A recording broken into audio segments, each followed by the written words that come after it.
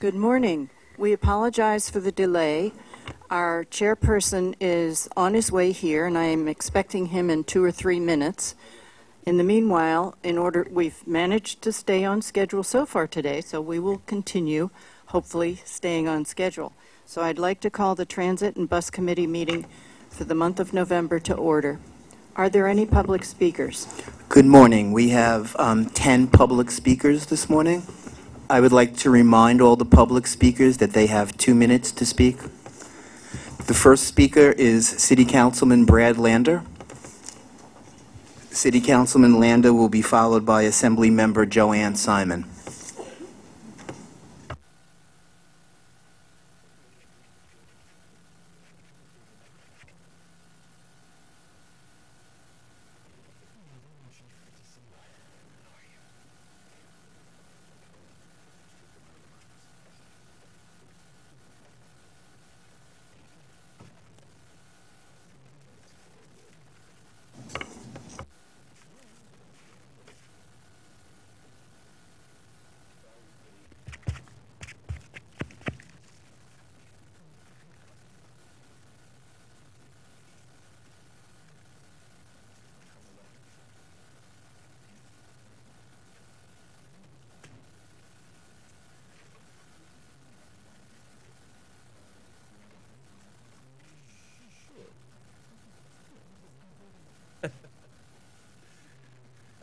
Good morning, board members, and thank you so much for this opportunity. My name's City Council Member Brad Lander. I'm here with Assemblywoman Joanne Simon and members of the B71 Coalition, a group of over 30 elected officials, cultural institutions, public schools, public housing residents, senior centers, community-based organizations, and transit advocates.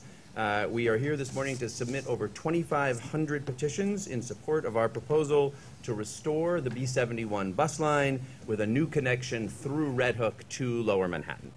The B71, as many of you know, was cut in 2010 and was a vital east-west connector that stretched from the isolated west side of the Brooklyn-Queens Expressway up past the Brooklyn Museum in Prospect Park and out to the Brooklyn Children's Museum. There's a big gap between other east-west buses.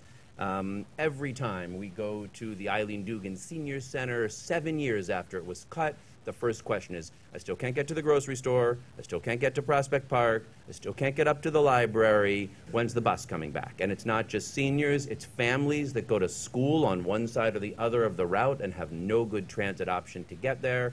It's public housing residents at Gowanus and Wyckoff who would like to join the Park Slope Food Co-op, but there's no way on public transportation to get the groceries home, on and on and on. Meanwhile, Red Hook remains a transit desert within sight of Lower Manhattan, but no way to get there. So we've adopted the idea that the MTA itself actually proposed back in 2006 to extend the old B71 route with a quick stop in Red Hook and then into Lower Manhattan, addressing really these two fundamental problems: restoring the east-west connector across Brooklyn, connecting communities across a whole range of institutions, and giving Red Hook residents a new transit option into Lower Manhattan. And we're confident together it'll have significant ridership in growing communities that have limited transit options, will make a real difference, and we and 2,500 of our neighbors ask to meet with you, maybe not all at once, to explore this together and restore our bus. Thank you very much. Thank you, Councilmember Lander. Assemblywoman Simon. Thank you. I would like to echo the sentiments of Councilmember Lander.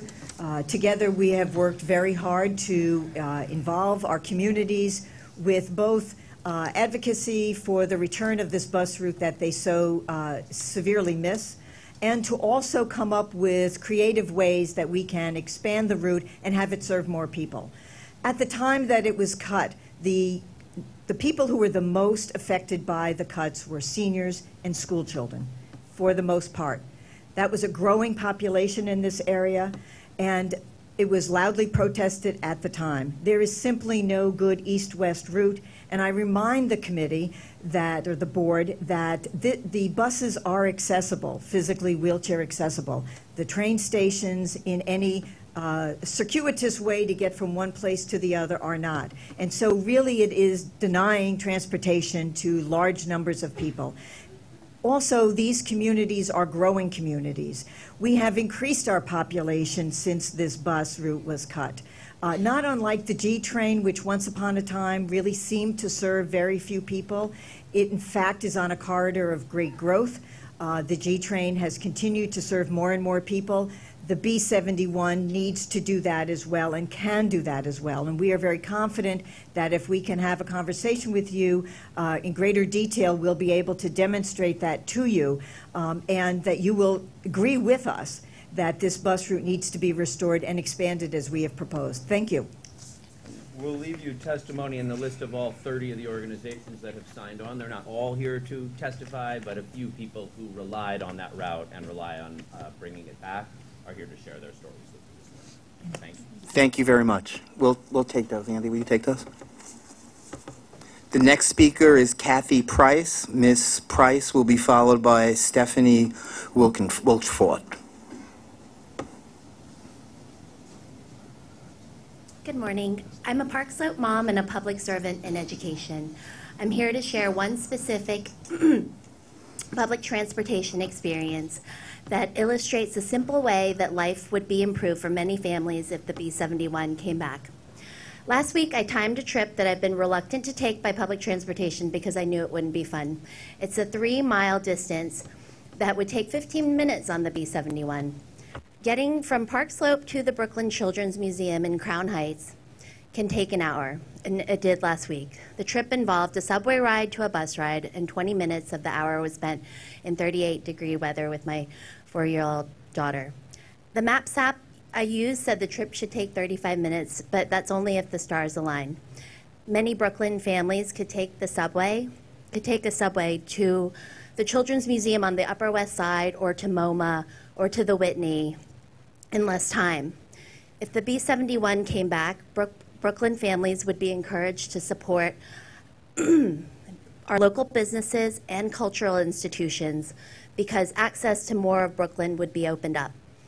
Like many New Yorkers, my family doesn't have a car and we rely on public transportation to get around. I have 2 small children who require a car seat and a booster seat. You pay a hefty premium to get a car seat, and usually cars only have one of those anyways, if they have one at all. And walking long distances isn't an option for small children either. The Brooklyn Children's Museum is a treasure for families, but many families don't go that frequently. Instead, it's a treat and not a regular part of our lives like Brooklyn Bridge Park is because we have a direct route on the B63, or the Transit Museum, which is a few stops away by subway. With the B71, we'll be more likely to spend time and money in the area around the museum. Please consider access to family resources as you consider the benefits of bringing back the B71 bus. Thank you, MTA, for going our way across Union Street on the B71 bus. Thank you, Ms. Price. Thank you. The next speaker is Stephanie Wilkenfort, to be followed by Karen Blunell. Good morning. I'm Stephanie Wilchford. I'm president of Brooklyn Children's Museum. We are the world's first children's museum, founded in Crown Heights in 1899, and we serve about 250,000 families annually. I want to first thank you all for the work that you do. We see that work through the eyes of children every day. There is an MTA bus in our lobby, and children ride that bus and drive that bus every single day and see the wonder of your work. I stand here today representing not only my own institution, but which is a proposed stop on the B71 bus line, but also with the support of 4 other Brooklyn cultural institutions, Brooklyn Museum, Brooklyn Botanic Garden, Brooklyn Public Library, and Prospect Park Alliance. All of us are stops on the proposed B71 bus line. And we're standing here with our community, with Councilmember Lander, with Assemblymember Simon, because this is a matter of cultural access and cultural equity for us.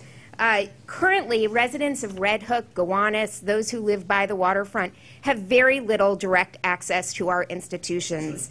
And the B71 would change this. It would link Gowanus and Red Hook with our organizations, making it easy for a family to visit the Garden or Prospect Park or Brooklyn Children's Museum in a single day. It would also link all of us to each other, and that is in itself a great thing. We are Brooklyn Public Library, we are Brooklyn Museum, we are Brooklyn Botanic Garden, we are Brooklyn Children's Museum, but we only live up to the honor and the obligation of those names when we are accessible to all Brooklynites. And we ask that you reinstate the B71 bus line. We ask that you open the doors of art, culture, nature to thousands of more families annually. Thank you so much. Thank you. The next speaker is Karen Blonell. She'll be followed by Omar Vera. Good morning. My name is Karen Blondell, and I'm a long-term resident from Red Hook, Brooklyn. And I'm also an organizer now because after Sandy, I felt it was important to be a part of the resiliency and the adaptation that's required for waterfront communities. And I live in Red Hook, and I've been there for 30 years. And I remember when I was raising my children, how I relied on that 71 bus to go to the museum. It's really important that low-income communities like Red Hook, which is transportation starved, get an opportunity to go to museums and to other cultural events because that's what keeps people rounded. That creates social cohesion, and that helps with the resiliency because resiliency is not just about infrastructure, it's about community. The other thing is I babysit my 6-year-old granddaughter on the weekends, and that bus would be so important to me to take her to the Children's Museum. And also I would love to go to like those Saturday events that they have that are kind of free for the community to come and engage at the at the museums. Also, we lost a supermarket over there. When I first moved there, we had a Pathmark. We don't have that store anymore, and it's increasingly hard for me to get groceries. I literally, right now, am relying on going near Avenue I to ShopRite. And again, that's like going up and down train stairs with my shopping cart because I don't drive and I really can't afford a cab. So I'm asking you to return the 71 bus, not just for the elderly people who would love to travel that route, but the fact that I work in Red Hook and Gowanus, I get stuck sometimes in the middle because I need to go east to west, and the train is like 3 blocks this way, and the bus, I have to go around the Gowanus Canal to get back to Court Street to get on a bus. So please help us out and bring that B71 back. Thank you. Thank you very much. Omar Vera is the next speaker. Mr. Vera will be followed by Liz Patrick.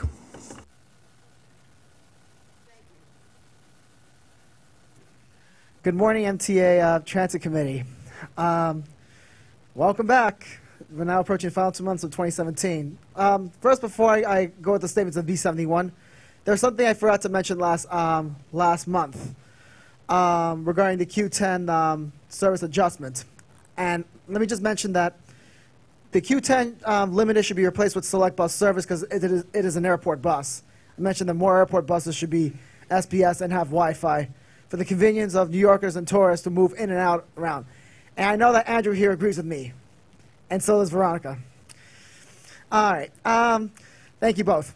Second, I would like to make one more recommendation regarding, because the W just came back last year, and then last Tuesday, on Election Day, was the 1-year anniversary of its return. On weekends when the 7 is suspended between Manhattan and Queens, like we've seen this past weekend, 2 things. One, the 7 should just be suspended up to Times Square, so you can allow shuttle service between Hudson Yards and Times Square, since that segment's still new. There's not much work in it, so it doesn't make any sense to suspend it entirely. Second, when the W runs because of lack of 7 service between Manhattan and Queens, the N should be express between 34th and Canal in both directions during the times the W runs on weekends. It should not be local, because then you end up like overcrowding the Broadway local lines, and it's not fair to local riders. So N should be expressed when W runs. Not just weekdays, but weekends when W runs. That should be the rule. And last but not least, I support the restoration of the B71 buses. I appreciate all the community members here.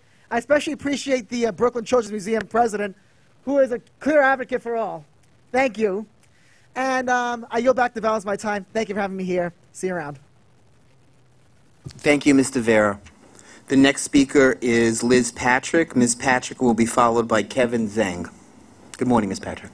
Hello, thanks. I'm Liz Patrick with the East 72nd Street Neighborhood Association, and once again, I'm here to ask for your help with our crosstown bus issues. I'd like to raise today the new Memorial Sloan Kettering outpatient facility that's being constructed on East 74th Street between York and the FDR Drive. When this facility opens in 2019, spring of 2019, over 5,600 employees, patients, and visitors are expected to commute daily to the outpatient hospital. The MSK Environmental Impact Study projects that 1,335 daily patients will arrive by car, while 4,200 employees and visitors will rely largely on public transportation.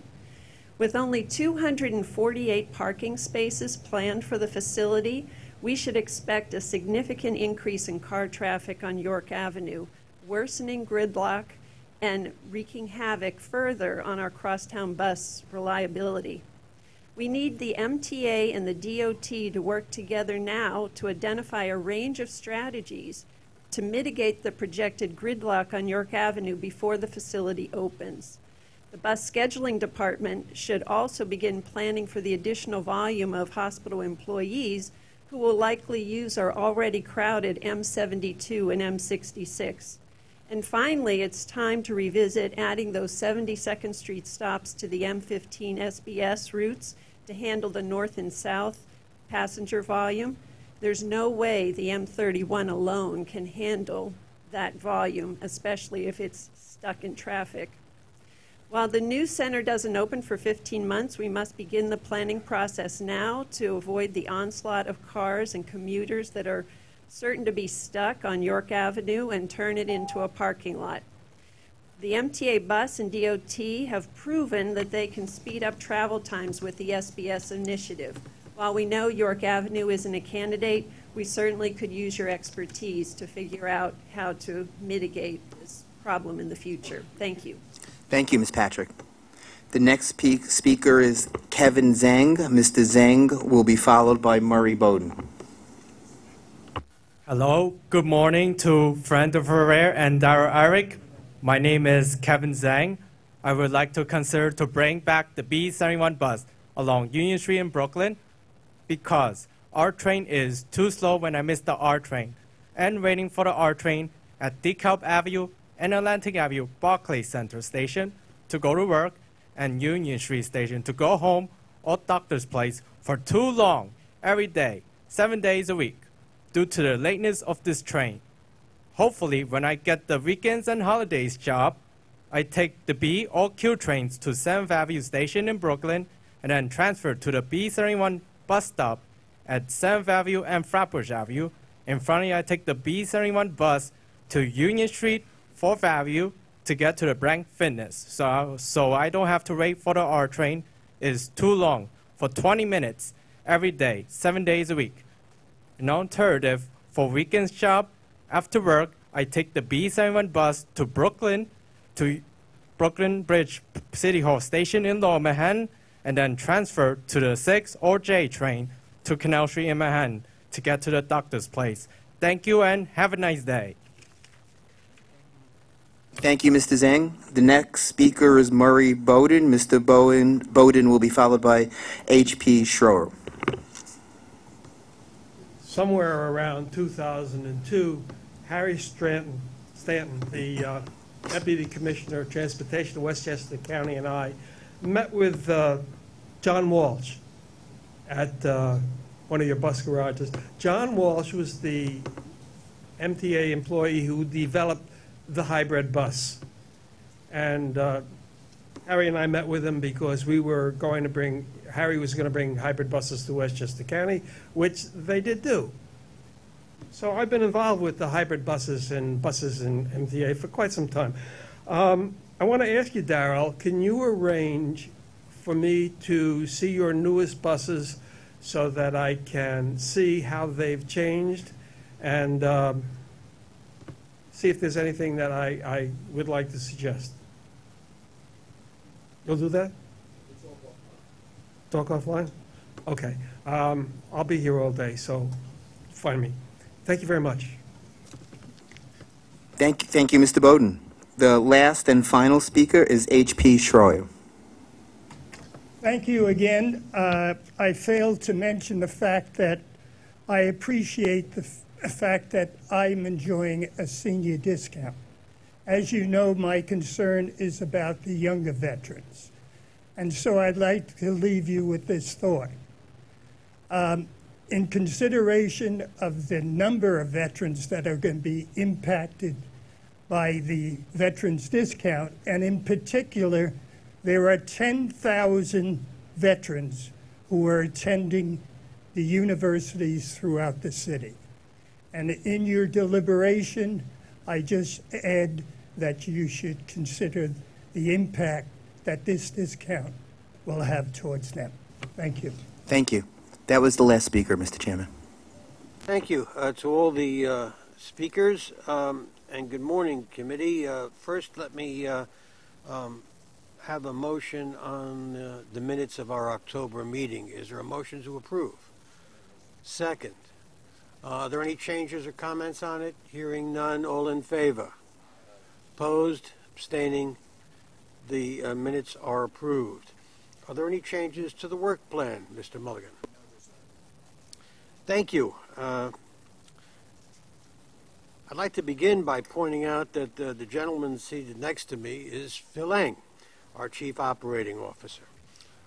He's been serving as acting president of New York City Transit, and as I had mentioned at a previous meeting, the selection of a new president for the agency is ongoing, and I appreciate your patience and cooperation as the selection process nears an end. And I'd like to ask Mr. Eng to make his opening statement. Thank you, Chairman Farrar.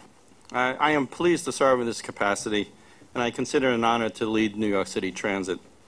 As an agency, along with the rest of the MTA family, it's so vital to everyone's quality of life here in the tri-state metropolitan area. And I know someone who knows this well, Winton Habersham. Winton has served 35 years serving the public, most recently as Senior Vice President of Subways, and he's decided to look for other challenges. And I want to wish Winton well and thank him for his many contributions. I'd also like to take this time to share some of the ongoing efforts that we are taking to improve service to our customers. In July, when Chairman Loader announced the Subway Action Plan, he outlined an ambitious plan to address key areas to stabilize and improve the subway system for our riders. This included work to repair and modernize signals, track, power, stations, cars, and communications. Since that announcement, we have been working night and day, 7 days a week, to improve the reliability of the system for our customers. I feel it's important to say, just as we've seen in the past, the men and women of New York City Transit are rising to the occasion during this emergency, and I'm proud to be at their side. We have a lot of work still to do, but we are making progress. Not only progress in performing work, but in changing the way we perform that work. When the chairman directed us to undertake this plan, given the situation we faced, he challenged us to find ways to accomplish this work more quickly than we've done in the past. We've been reviewing our procedures and streamlining processes to help us start work more timely. We've also been reviewing opportunities and making decisions to increase productivity, improve efficiency, saving both time and money. By better coordinating multiple work tasks being performed under the same track outages, we are reducing the number of outages, costs associated with those track outages, and getting more work done at the same time. By increasing available work hours, we have doubled productivity, helping us to improve reliability more quickly. And because we are doing more work in a shorter time frame, we've had to identify ways to ensure that we had the sufficient staff and equipment across the work location to support all that work.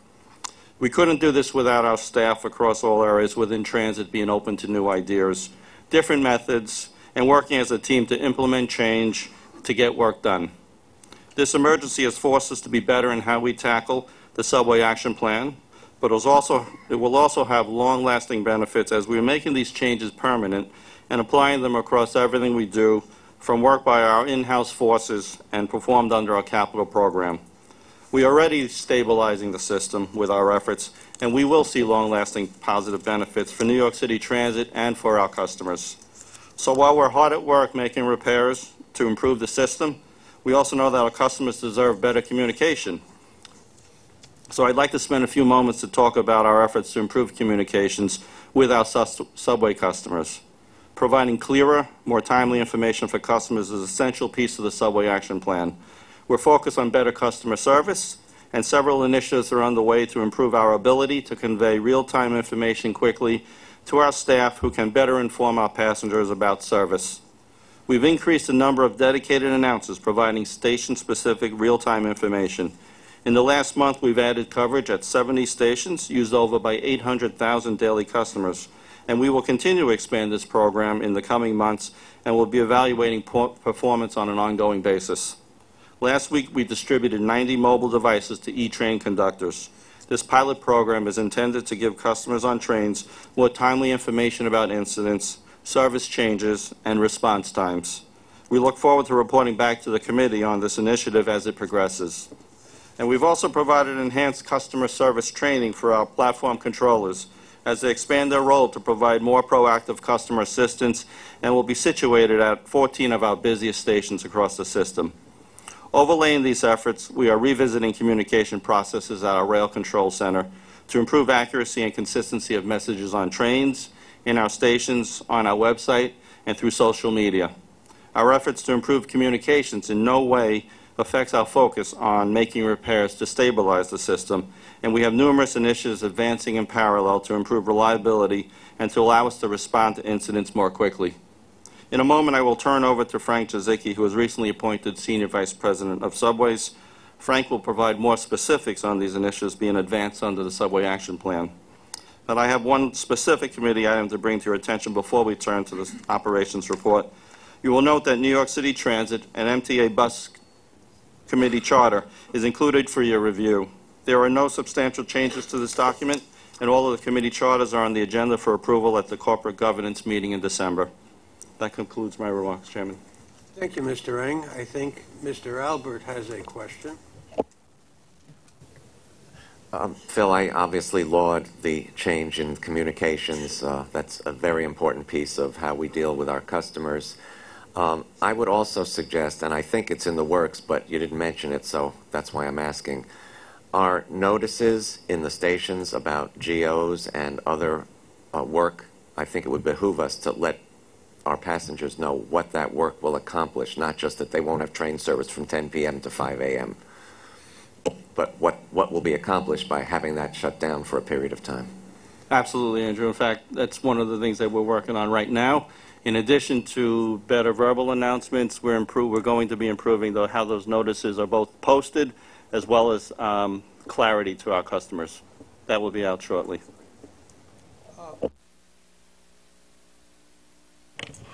With regards to New York City's charter, several months ago, prior to Chairman Prendergast's departure, I had raised the issue of there not being a vice chair for the Transit Committee as is written in our charter. And I just want to bring that up again.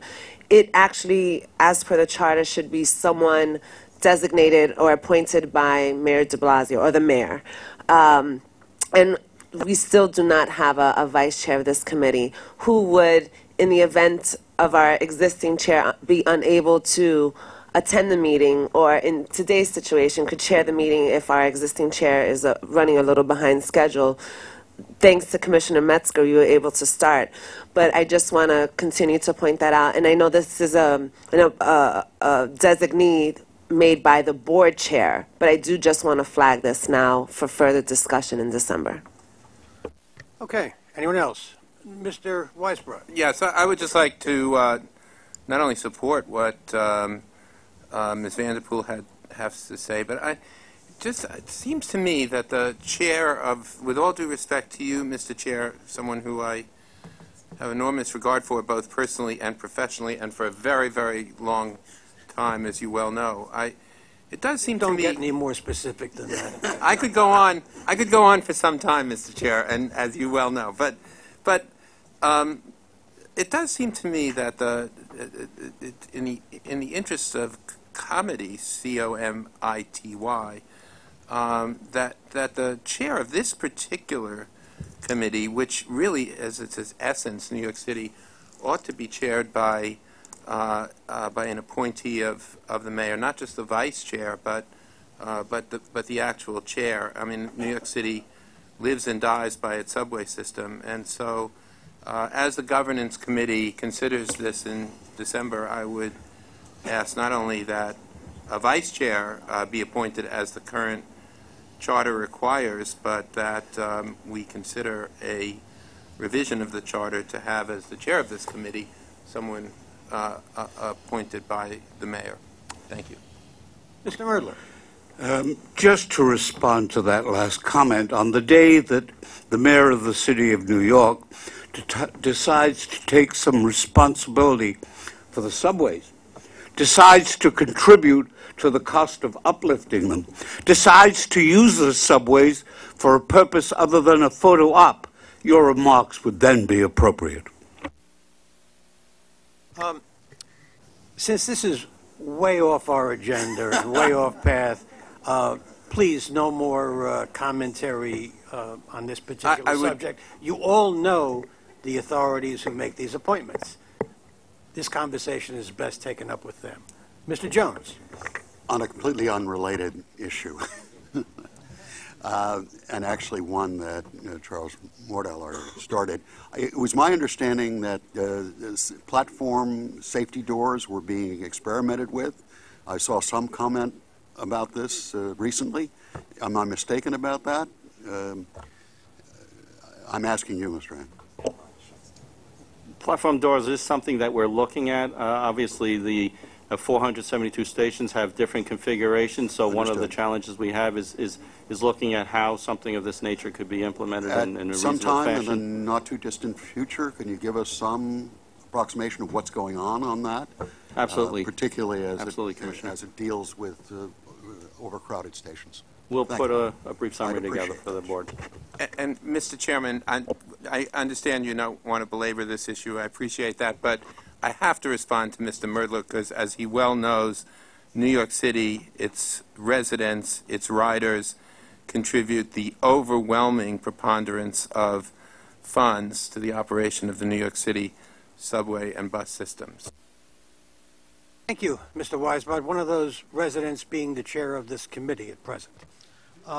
And an advocate for New York City, I might add, so I appreciate that. Sure. Mr. Jazicki, it's your turn. Well, thank you, and good morning. We continue to make progress implementing the Subway Action Plan, which aims to stabilize and improve the subway system as we work towards modernization. Please note some of the progress to date. We have moved our weeknight planned work start times to 10 p.m. The move enables us to be more efficient within the overnight work window. With this improved efficiency, we'll ensure the success of the action plan as well as our other capital and maintenance efforts. There were 69 weekday major incidents in September, which was 5% better than the 12-month average of 73. We're pleased with the 22% reduction in major signal incidents per month in the third quarter compared to the first half of the year. This follows hundreds of inspections and repairs of signal components completed as part of the Subway Action Plan. We also saw improvement in our track-related incidents. There was a 3% reduction in major track incidents per month in the third quarter compared to the first half of the year. This follows the repair of thousands of defects and the installation of miles of continuous welded rail, maintaining the downward trend that began earlier this year. We've recorded a drop in debris-related fires, following an intensive cleaning effort of many miles of tracks in between stations. There were 47% fewer debris-related fires in September 2017 versus September 2016. 20% decrease in the average fires per month in the third quarter compared to the first half of this year. Our action plan efforts also extend to the subway car fleet. The September 2017 mean distance between failure was 123,349 miles, a 23% improvement from August, and a 14% improvement from last September. The 12-month fleet MDBF in September was 118,699 miles, 4% better than last year, and the fifth straight month that we've shown improvement. While the challenges remain, we're confident that the steps we are taking in the Subway Action Plan are stabilizing the system. It's important to note that many of the changes we are instituting with the action plan and the progress we are making are not short-term. As we move forward with action plan initiatives, we are improving the way we work, which is critical for the long-term success and modernization of the system. Touching briefly on the new subway performance indicators, the service delivered and the additional platform time have remained steady at 95% and 1.3 minutes respectively. Additional train time has also held steady at 1.5 minutes, which is an improvement over the 1.6 minutes from 1 year ago. This concludes the operating report. Thank you. Thank you, Mr. Jazicki. I believe Mr. Albert and Ms. Vanterpool have questions. A couple of questions. Welcome, by the way. Thank you. Thank you. On your mentioning that the overnight work will begin at 10 p.m., as we all know, is it 10 p.m. from when the train leaves its terminal, or is it 10 p.m. in the Midtown area? Several routes would take over an hour to get to Midtown. So 10 p.m. where? So we're aiming for 10 p.m. at the work sites, which would require service diversions earlier than 10 p.m. in some locations. I hope you're going to measure that, because many people, really need the service prior to 10 p.m. and many shows let out and all of this kind of thing. So that's correct, and we're looking closely at that, as well as our schedules and Peter and his operations planning. And then on the new metrics, additional platform time and additional train time, where are those being measured? Is it an average for the whole trip? Because obviously platform time will vary depending on where you are. So is this an average, or? It's an average for every individual trip in the system, basically, compared to where they're going and what station they're at and what the schedule at that station is. All right, so maybe somewhere on the page there ought to be an asterisk that says this is an average, because for some folks this will not be their experience, obviously. Got it. Thank you. Thank you.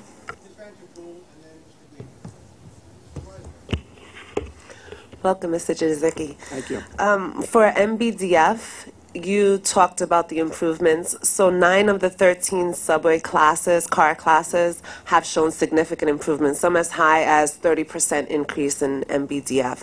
There's 4 classes that we're still seeing declines. What is your action plan, or what is the action plan, since you're newly in this role, to address those 4?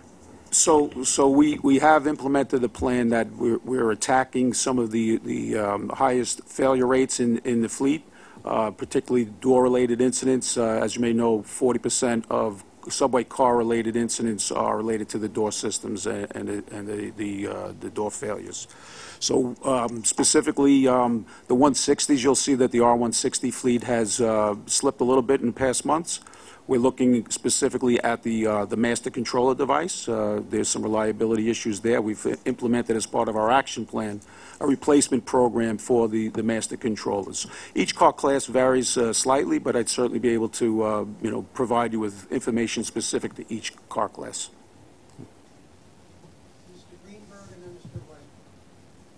In the category of delay charts on page 44 and 45, I'm curious as to where signal failure would fit in there, because I don't think it's intuitive.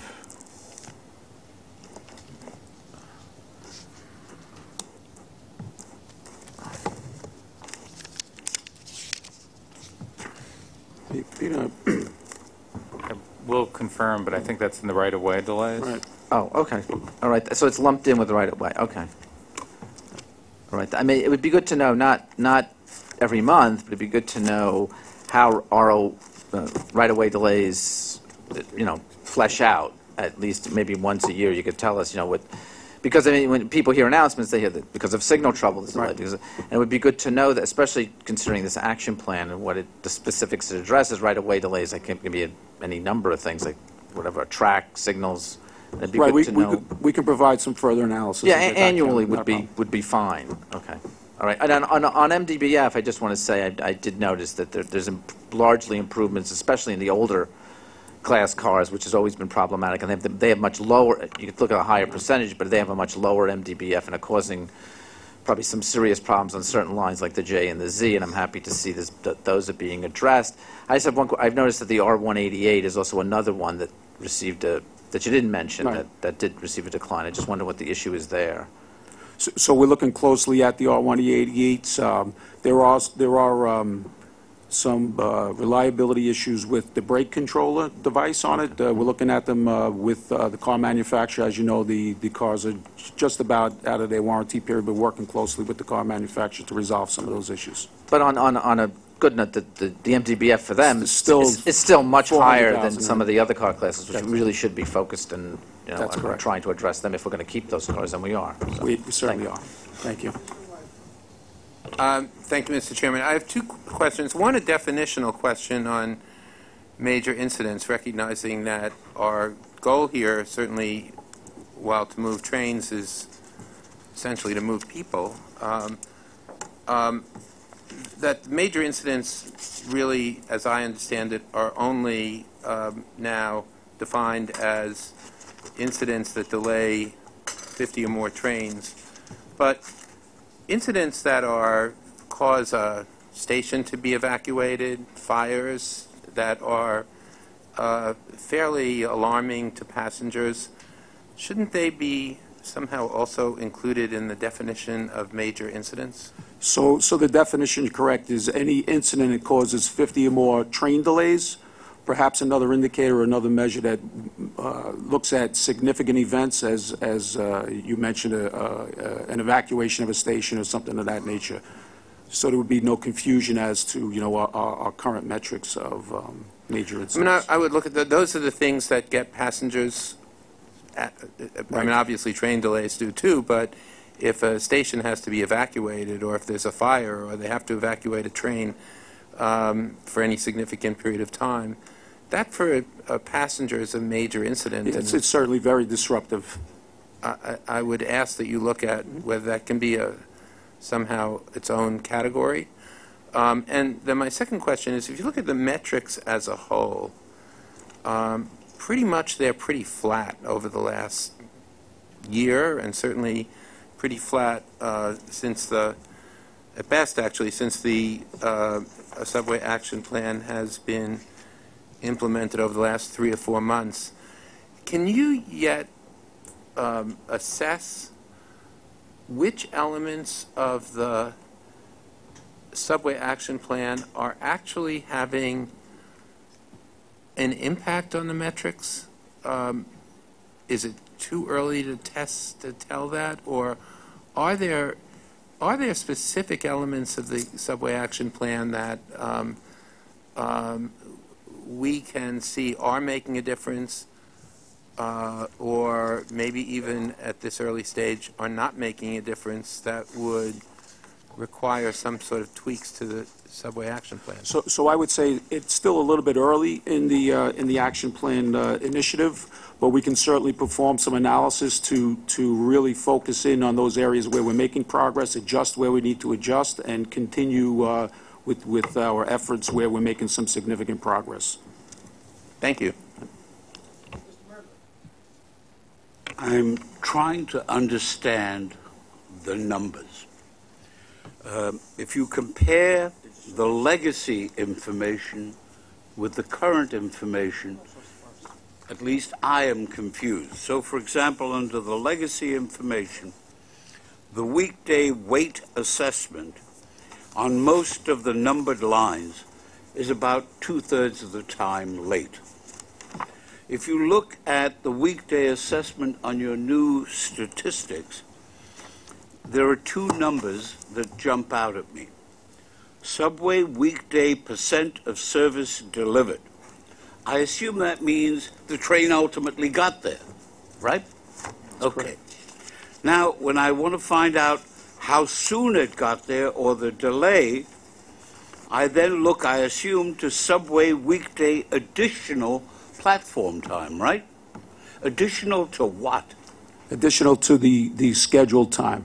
So you would also look at the platform time and time on train or train time.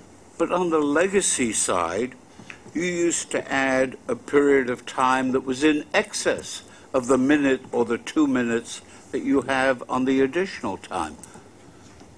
So on the new measure for the platform time, we're looking at the average time, as was mentioned before, that a passenger has to wait longer than what the scheduled time between trains was at that station at that time of day. Whereas the weight assessment, it doesn't take into account when we're actually running more frequent service or additional trains or trains on other routes that are stopping, that are going the same direction. So there's some ways where that number doesn't as well reflect our customers' experience. Also, that weight assessment number is only measured at specific spots throughout the system and not on every station. Finally, I would say on the service delivered number, that is a peak hour number, peak period number, and it's the percent of the trains scheduled in that hour that actually get past generally speaking, the Midtown Manhattan area in that peak hour. May I follow up, please? Is there any place under the new data form that tells me how long I have to wait between trains in gross and how long it takes between trains in gross? How long you would be scheduled to wait varies depending on what station you are. How long I actually wait? Well, how long in any station, it varies by time of day and by what station and by what the service is. All right. So what we're looking at is whatever that schedule was, did we meet that schedule? You see, the person who stands on the platform doesn't have a schedule normally in his or her hands. He or she knows I'm waiting 5 minutes, 10 minutes, 15 minutes, 1 minute. It seems to me that the accurate number that people are concerned with is how long do I have to wait? How long does it take between trains? It seems to me that that's the kind of information that would be informative.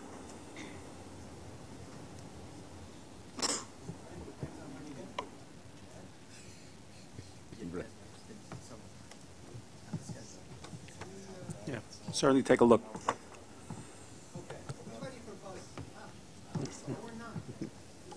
And this may not be the appropriate time, but I've looked in the book.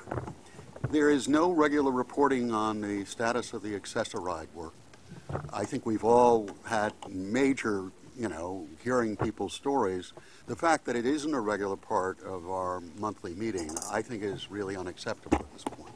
I don't know where it should go, but we heard stories that I think concerned us all. We know there's work being done, but we have no systematic way of monitoring that work. Oh, I'm sorry. Okay. I think people heard me, but I'll speak again. Yeah. So, no, your sentiments are heard, understood, and that's forthcoming in a programmatic way.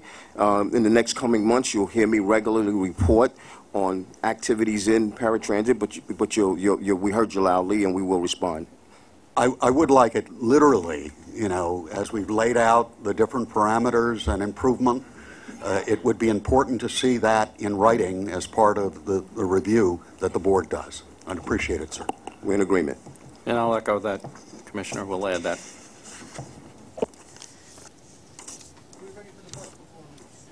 I am.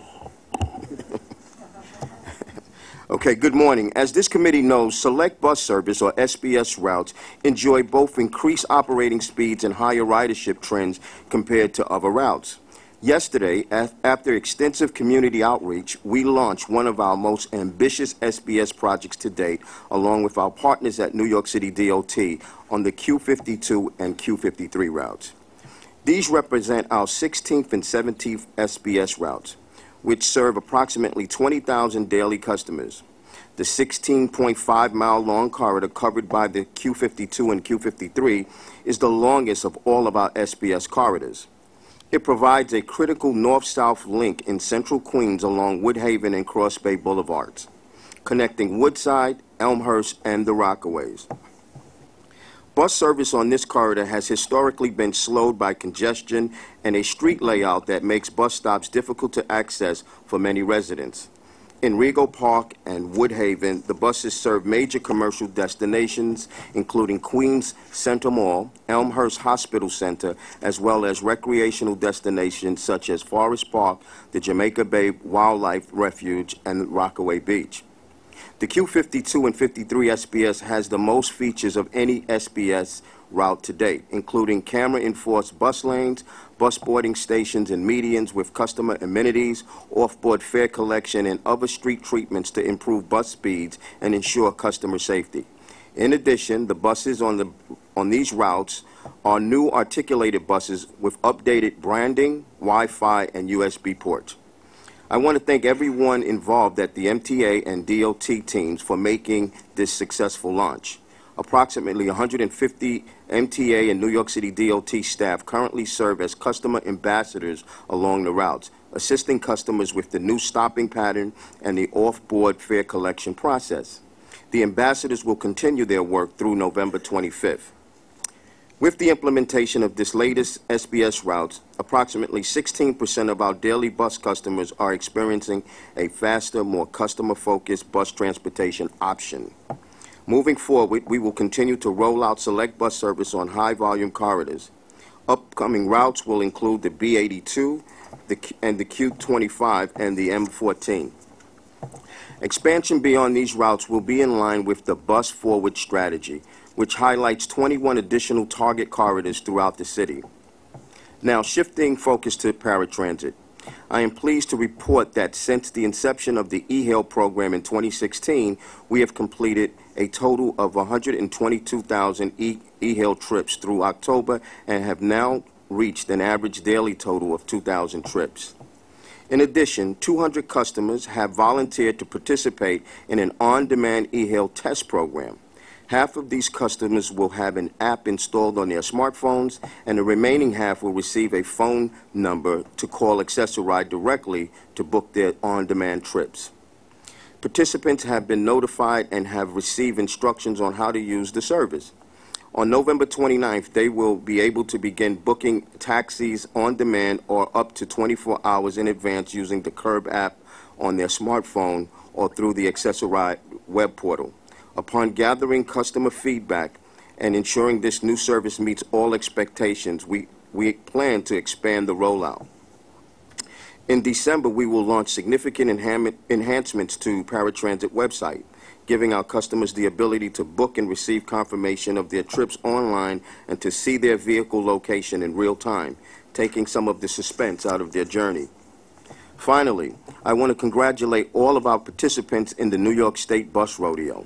The MTA team captured first, second, and third place in the transportation category and 3 of the top spots in the maintenance category. The first place winner, bus operator Anthony Griffin from Grand Avenue Depot. This was the second year he has won the top spot.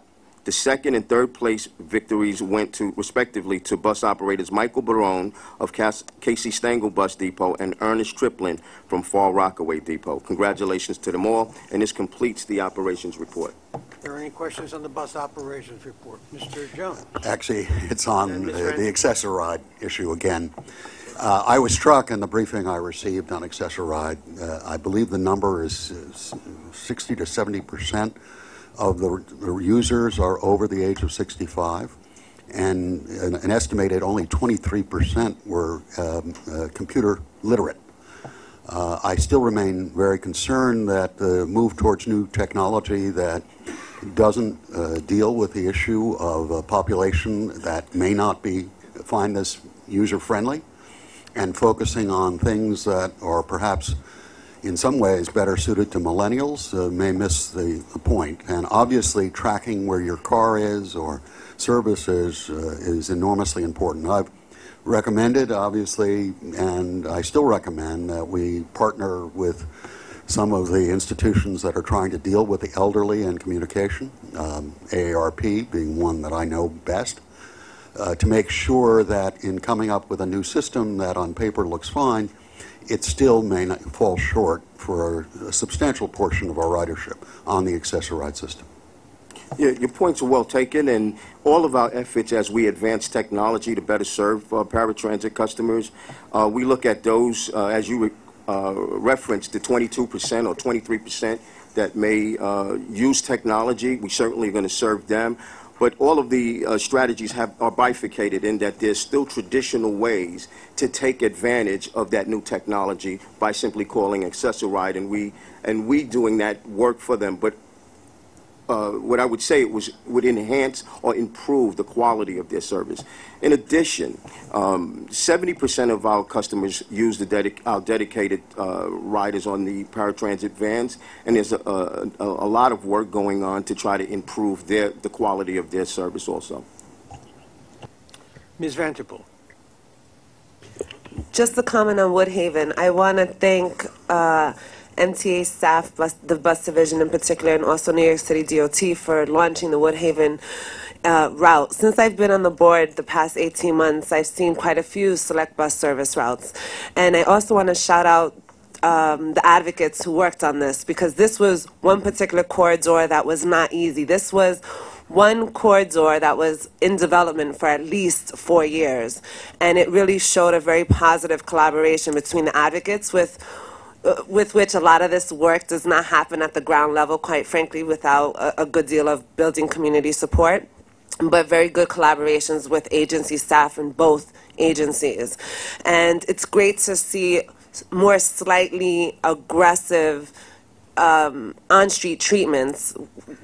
Those of us who were engaged in this discussion many, many years ago knew we wanted something a little bit more aggressive, but it's good to see that we're moving the bar. Even if we're moving it ever so slightly, we are moving it. So again, congratulations to you all in the division, and a shout out to the advocates on this. Thank you. If there's no one else, we're ready for the safety report. Cheryl Kennedy. Okay. Turning to the first grid on safety performance, results were as follows. With the exception of fires, all items discussed refer to rates. Subway customer accidents increased when comparing the 12-month period of September 2016 through August 2017 with the prior 12 months. However, accidents continued their downward trend since the beginning of the year. Subway fires have been on a downward trend since the Subway Action Plan was initiated in July. As Frank noted, the monthly average for debris fires has decreased by 20%. Additionally, 99.4% of the fires reported for the 12-month period were low or average severity. Bus collisions and collision injuries were down when comparing October 2016 through September 2017 with the prior 12-month period. Customer accidents were higher when comparing them for the same periods. Employee lost time accidents for the 12 months ending September 2017 decreased significantly when compared to the previous 12 months. As noted on the second grid on leading indicators, progress toward the goals continues, and we do not foresee any issues or barriers to achieving our reported goals. In closing, as New York City Transit strives to further implement change in how we perform and accomplish work in a more efficient, productive, and cost-efficient manner, we continue to make safety for all our top priority. Toward that goal, Acting President Ng issued a memorandum on November 8th to the entire organization, reminding them to be vigilant in our daily activities. As part of that, he has asked System Safety to audit pre-job safety briefings, and we have started that process. That completes the safety report. Any questions on the safety report? Hearing none, glad to welcome Chief Fox and ask him to make his crime report. Good morning, everyone. So total major felonies in transit are slightly lower than last year with 11 fewer incidents, 11 fewer crimes. There are 15 more felony assaults for the year. It's an increase of 5%, which is a much less increase than we began the year with, though there are 17 fewer grand larcenies and 23 fewer robberies. During October, there were 14 additional felonies, including 11 more robberies and 9 more assaults, which was offset slightly by the 6 fewer grand larcenies during the month. The year-to-date of major felonies per day remains at 6.6, and the year-to-date decline in robberies brought the average number of these incidents each day from 1.3 per day to 1.2 per day. Year-to-date, 36% of our total felonies were committed in Manhattan, 33% in Brooklyn, 19% in the Bronx, and 15% in Queens. Our ever-expanding use of technology continues to pay off, most recently with the arrest of Brian Thompson and Omar Lewis, who was sought for a pattern of grand larcenies that happened in Manhattan. Given each of these incidents occurred at the Times Square complex, our Manhattan Task Force used our extensive camera system as part of the plan to locate and apprehend these two. On November 7th, Officer Daniel Velasquez was canvassing the station using the cameras as he communicated with Sergeant Edwin Soto and Officer Thomas Girding, who were deployed in the station. After witnessing Thompson and Lewis attempting to gain entry into the subway system by soliciting passengers, he was able to alert the team, who made a quick apprehension after recognizing both men as wanted for their prior larceny cases. Our Transit Manhattan Robbery Squad charged each of them, and they are currently awaiting in custody, awaiting court appearance, actually today. Possible aside is that, just to give you, we use these cameras for crime, but we also kind of catch good deeds and officers doing great things. And you may have seen a job well done by a couple of our officers. It was a baby, Natalia, had gone unconscious, and you see in the camera outside our Manhattan Task Force, the frantic parents see it's a police facility, and they move the barriers and they walk in, and before they get in, Sergeant Mike Riley, Dan Velasquez, the same officer who recognized these two perps and had them arrested, and Matthew Pissarro come out, and they start doing press compressions and bring this baby back. She's going to be 1 year old. This was about a week before her birthday. She just recently had a birthday. And as Mike said, once she started crying, he knew things were going well, because that meant she was breathing. Finally, as we approach the holiday season, I want to assure members of this board and our riders that we will be working diligently to keep the system safe during the busy time of the year. You'll notice more cops aboard the subways, and our plainclothes teams will be deployed, playing a key part in preventing thefts and other criminal activity. I ask riders, again, to help us by being mindful of their surroundings, particularly while making purchases at MetroCard vending machines and among crowds, and report anything they see, any suspicious activities that they see. And as always, I encourage those who are a victim of sexual misconduct to call 911 or approach an officer, as well as anybody who witnesses this. I'm very proud of the success of communicating how much we care, all of us care, about these crimes that, as I've said before, few men know they happen, far too many women do. And we're getting a lot of reports through the MTA portal. We're getting a lot of responses from the announcements that are made in subways and the signage, to the point where we're even getting some reports through the email of activities that don't amount to crime or groping. In some cases, someone will say, I didn't like how this man looked at me. I saw him looking at women. We encourage those reports, and that tells us that that people know that someone cares, because we're getting a lot more of them. Any suggestions or questions? I thank you. Questions? Mr. Merdler. Chief Fox, first I'd like to congratulate you and the men and women who work in the Transit Bureau and in the police department for a job well done. Thank you. I'd like to focus on the hate crime statistics that you've provided us. And I'd like to focus on it for a somewhat different purpose.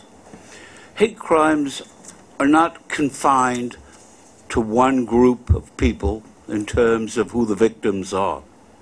Hate crimes against blacks are up 300%. Hate crimes against Muslims are up 300%. Indeed, in all instances other than Asian and gender, hate crimes are up. Hate crimes are a precursor, as we all learned 75 years earlier, are a precursor to disaster. But one of the things that is most striking to me is that when last we had your report, it showed that anti-Semitic hate crimes were up 1,000%, and they now are 1,200%. It seems to me that while some of them may, to some people, seem trivial, such as a swastika on a wall, they are a precursor to greater problems down the road. And I would urge you and your men and women to be as they are, vigilant, to do those things they can, and the courts to lock these vermin up forever. Absolutely, and thank you for reinforcing that, as we do. And I'm not sure whether I intended on emailing you. I'm not sure whether I sent it, but just to give you an example of how seriously we take these.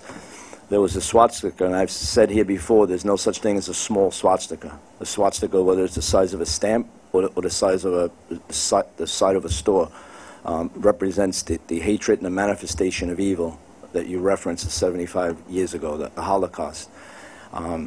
But just the one I had planned on sending you the weekend is just to show. It was actually a captain went to the scene. It was a swastika found about this big, a few inches, and it was found on a train car. A witness reported it, which is why it's good to talk about this, because people know that, just like sex crimes, you know, we want to hear these things. And they actually took that car out of service, processed it as a crime scene. A captain responded, and this was off hours in a weekend. So hate crimes gets the absolute utmost priority. Thank you. Is there anyone else? Well, I have two questions. Yes, sir. Chief, I think the committee is happy to hear that there'll be an increase in your forces dedicated to subway patrol for the holidays. And if we had some indication as to how many that would be, that would fill in the picture. And the second question I have is related to something I read a few days ago with respect to going to one-person patrols. Could you tell us more about that? Sure. Let's go with the on-train deployment first.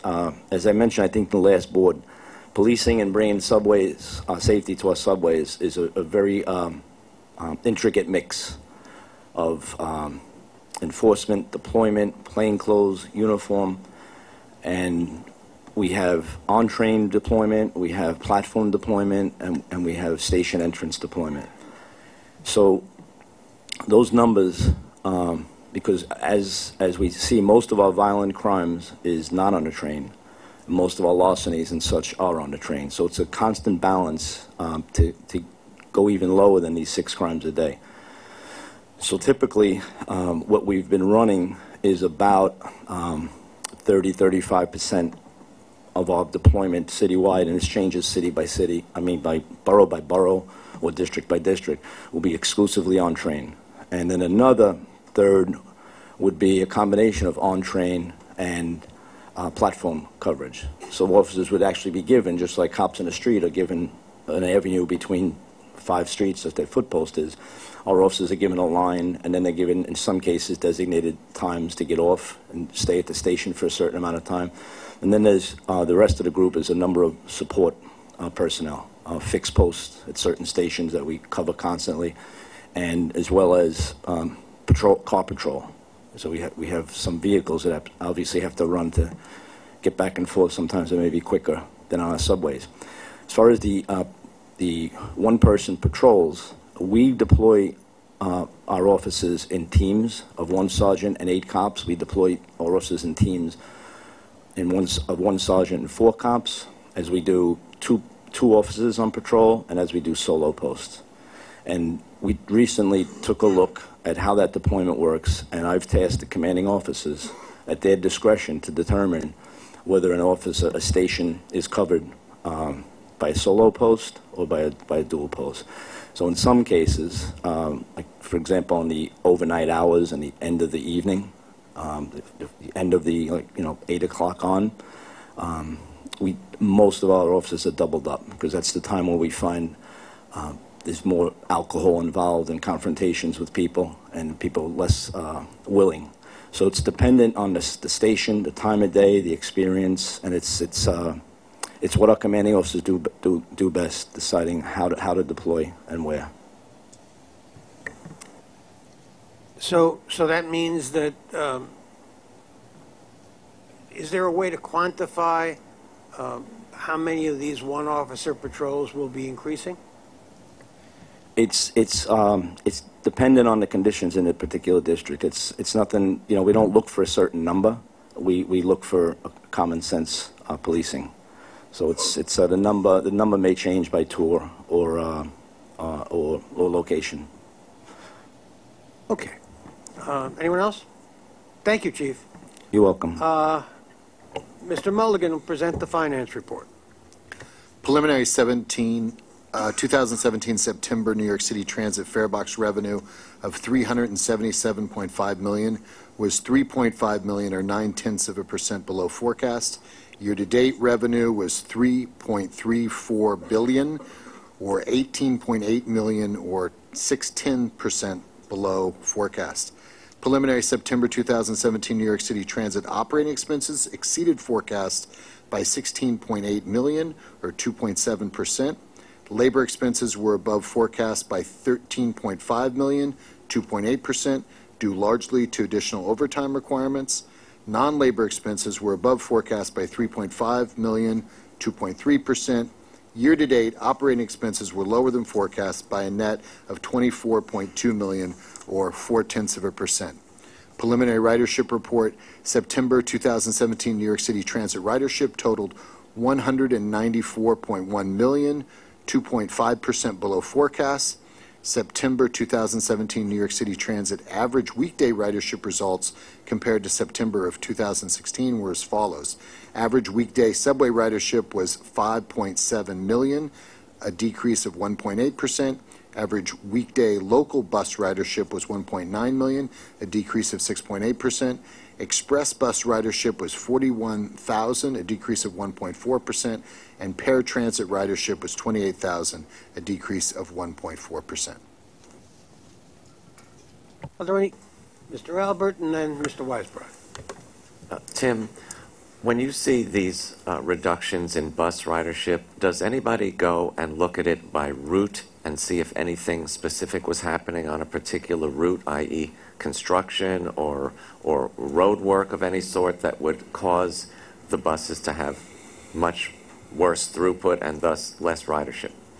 Yeah, we, on a regular basis, we analyze the trends along ridership and in terms of buses and bus local ridership in particular, although this is a factor both in subway ridership and also in bus ridership, the decrease in student ridership has been very pronounced and it's accelerated. It's particularly very high this year. In terms of the patterns we've seen, year to date has been a little bit different than the prior couple years on the pattern for both local bus ridership and subway ridership, where it's been concentrated at specific time points and more geographically diverse. The year to date has been more consistent across different time periods. But in both instances, student ridership declines are leading the overall declines. And do we know how the students are getting to and from school if they're not riding the system? Part of it is a decline in the cohorts of the age kids that would be utilizing public transportation. That's part of the larger trend. But certainly in terms of bus riderships, it's much larger than that. So buses are not being utilized by public school students the way that they have been in prior years. Thank you. Mr. Weisbrod, then Mr. Merdler, then Mr. Greenberg. Tim, I'm also, I've raised this before, the anomaly of even discounting for students of ridership on both the subways and buses going down while employment in the city continues to rise, and rise in areas where, or in employment categories where people you would think would be more inclined to use mass transit, healthcare, education, and the like. So, other than noting what the trends are and where this is occurring, do you have any sense of why this is occurring? Are these, are we seeing a siphoning off of bus and subway riders to Uber, private car services, and the like? Is that where the ridership is siphoning off to? I mean, looking at the last couple of years, that's definitely part of the phenomenon. The ridership declines, the sort of leading edge of the ridership declines, were focused on the evening and later evening hours, where competition from different alternative forms of transportation is most fierce. The ridership has held up most strongly during the rush. We've actually seen last year significant increases in the sort of pre-rush hours in terms of ridership increases, both on subways and on buses. As you mentioned, the correlation between employment and ridership has broken down, but that has taken place over several years for that correlation to sort of break down. And I think that there's, numerous factors that would require a lot more analysis as to exactly the causation behind that breakdown. The decline in subway and bus ridership has been, what, a 3-year decline now? Yeah, it's been, depending on which part of the period you're looking at. If you're looking at overall, it's been several years, but different pieces of it we've seen come down a little bit more pronounced, as I mentioned. And does this is affecting both, obviously, actual ridership, but also forecasts. Are we revising our forecasts now based on the decline in ridership? Yeah, we revise our forecasts for ridership as part of the budget process, as you're aware, which is part of what's on the board's agenda for later this week. Thank you. Mr. Merdler. Mr. Mulligan, does fare beating constitute a material factor in any of these numerical or data points that you've mentioned? Fare evasion, there hasn't been as dramatic of change on the fare evasion numbers in the last couple of years. So I don't think it's a significant factor affecting these ridership trends. What percentage, if any, or what amount, if any, is estimated to be lost by reason of fare evasion? We could get you those numbers. It's a different number, obviously, for buses than for subways, but happy to follow up with you for that specific information. And last point, if I may. In the course of estimating the lost revenue on the bus side, are things like construction delaying or impeding the flow of traffic, other things impeding the flow of traffic, factored into understanding why that is happening? Absolutely. The traffic congestion and the delays, we have data where we can, actually track a bus when it's moving slow through traffic, when it's stopped in traffic, when it's stopped with its doors open versus when it's stopped with its doors closed. Do you consider that on a line-by-line basis, area-by-area basis?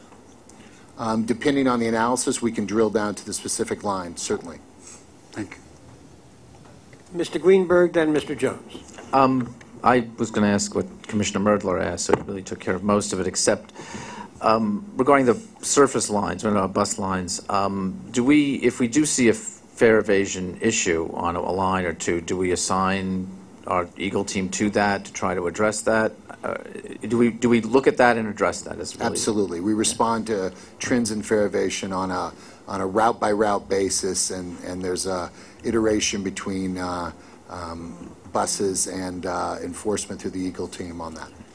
If you could get me the figures that you're going to supply to Commissioner Merdler, I'd appreciate it as well regarding fare evasion. Absolutely. Thank you. Mr. Jones. Yeah, Mr. Merdler's question raised a question I've been interested in asking. I saw a controller's report on the collection rate of summonses that are issued, that are handled by MTA, saying that less than 50% of those summonses were actually paid. I'm wondering, on the expense side, how much does it cost to process 140,000 summonses? That was 2016. What's the head count? What's the expense? And what is the return on all this? Obviously, there's a return in prevention, but how much is the system spending just on monitoring its fare evasion and summonses? Member Jones, there's a report, actually a quarterly report in this month's book on page 187 of the committee book on the Transit Adjudication Bureau. It reports the revenue and expense data. Year to date, revenues were 11.9 million and change against expenses of 3.775 million. That's a little unusual because there was a reaching back effort to collect through the state tax offset process a whole lot of old summons. But the data for the prior year, there were collections of 7.01 million in revenue and expenses of 5 million year to date in 2016. The collection effort process is, you mentioned a figure of approximately 50%. That number goes up over time, so it depends, how long after a summons is issued that you're measuring that. But I provided some data to the board a few months ago that measured about a year plus after the summons issuances and had a rate of a little over 50%, I believe.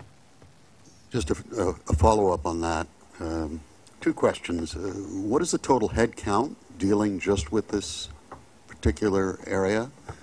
And secondly, if someone fails to show up, what is the process? Is it turned over immediately to NYPD, or what happens? To answer your second question first, NYPD is not involved in the fare collection process in terms of if there's a summons that isn't paid. In terms of head count, we have a very small internal staff. I would have to check to be exact, but 6 or 7 employees who manage the Transit Adjudication Bureau, but heavily reliant on an outsourced model. There's a contractor who supplies much of the administrative machinery. In addition, on a consultant basis, we have per diem hearing officers, lawyers who conduct the thousands of hearings that are conducted each year. I can provide you with considerably more detail if you'd offline if you'd like. That would be appreciated. And the other question is, what is the process once someone fails to show up?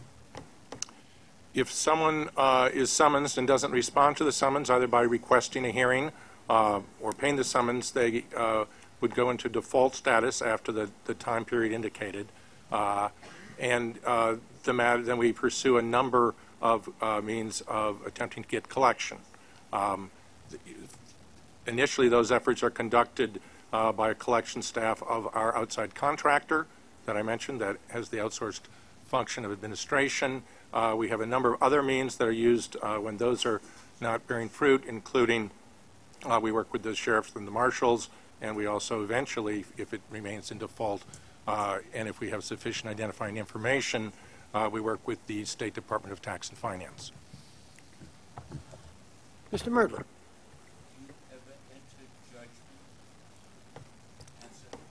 Yes, we enter thousands of judgments in connection with the collection effort. Mr. Vidiello. I just want to make sure I understand the paradigm right. The Transit Adjudication Bureau is a convention of the MTA, and am I correct that in theory this board could apply constructs to it if it felt there were alternatives to how we address these tab summonses in a more equitable way? That's something this board, in your view, has the authority to do? The Transit Adjudication Bureau is created legislatively by the state government, and it exists within the New York City Transit Authority as a means of administrating a civil summons system as opposed to the alternative of criminal enforcement. So when a summons is issued, a tab summons, it's essentially like a parking ticket or of that nature. And yes, there are the means by which we go about attempting to collect those summonses is within considerable discretion. The adjudicatory process is one, this administrative adjudicatory process is one that, of course, has to respect the rights of those who are summoned. They have an opportunity to appear, an opportunity to be heard, an opportunity to appeal an adjudication. Yeah. So, going right to the heart of my question, if in the wisdom of this board we said, for instance, or a majority of the board at some point said, I would like to see a situation where, and I'm making this up, everybody who shows up on a summons has that summons waived the first time, or whatever we might say in terms of policy for collection. If the board wanted to offer more latitude, that's something this board could do, in your view? The board has say in determining, as you recently saw in one particular connection with littering, the power of setting the maximum fines or the particular fines for different transit rules of conduct. Well, that's not exactly my question, though. I mean, if this board wanted to say it's our directive to the MTA to not seek collection of tab summonses that, were a first tab summons, for instance, that somebody had received, they hadn't shown up, and we would normally send it to a collection process and then enter seek to have a judgment entered, would we have the authority to, in your view, say we don't want to do that on a first singular summons? We don't want to enter judgments. I think that's a question I'd like to review more carefully before giving a response to. I would certainly be concerned about the effects on the fare enforcement structure and revenue collection in general for the fare system. But and I'm not suggesting we're doing it. I'm just trying to understand the boundaries of, when this is reported to us, our ability to impact it one way or another. Let me take that one under submission, if I may. Okay, fair enough. Mr. Jones, then Mr. Merdler. This is actually a follow-up on when I've reviewed with Chief Fox the demographics of who's arrested and prosecuted. I'm wondering, do we do a similar breakout of the race, gender, age of individuals who receive the tab summonses and the location of the stations where this is occurring? And I must say, I'm concerned that we should even have the economic data of who these people are. Are these people from the Upper East Side, or are these people predominantly in the very poorest parts of the city? Is that where the tab summonses are hitting hardest? Forgive me, Mr. Jones. Let me make sure I understand your question. Sure. Are you asking if there is a way to, excuse me, to take note on the summons or somewhere else the race and age and gender of the recipient of the summons? Is that what you're suggesting? I'm suggesting we do exactly the same as Chief Fox and his people do when they actually do arrests. They take exactly that data when they arrest. And that showed at one point, and I may be wrong, it's probably shifting, about 91% of those arrested were black and Latino. I'm wondering if the same data would hold true for the tab summonses. You mean if there's an arrest that results? No, I'm saying when summons. When the summons is issued.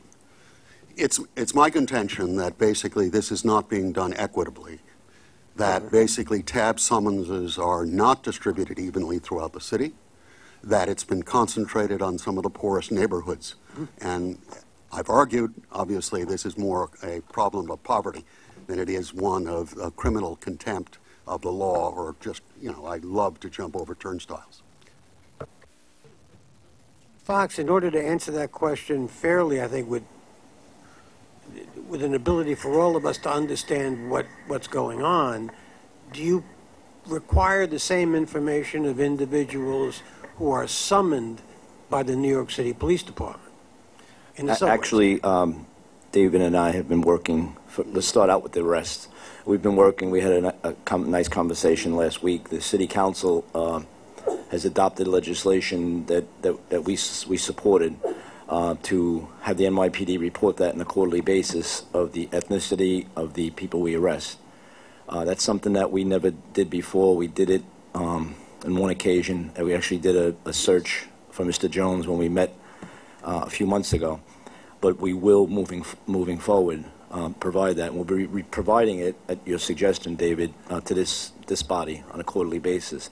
But it's something, the reason I say it's something that we haven't tracked before is because we track our enforcement, we record that information, but we don't prepare statistics on who we're arresting, because we don't deploy based on ethnicity, we don't deploy based on neighborhood, we deploy based on conditions and crowds and subways, and so we'll certainly provide that information because it's as needed.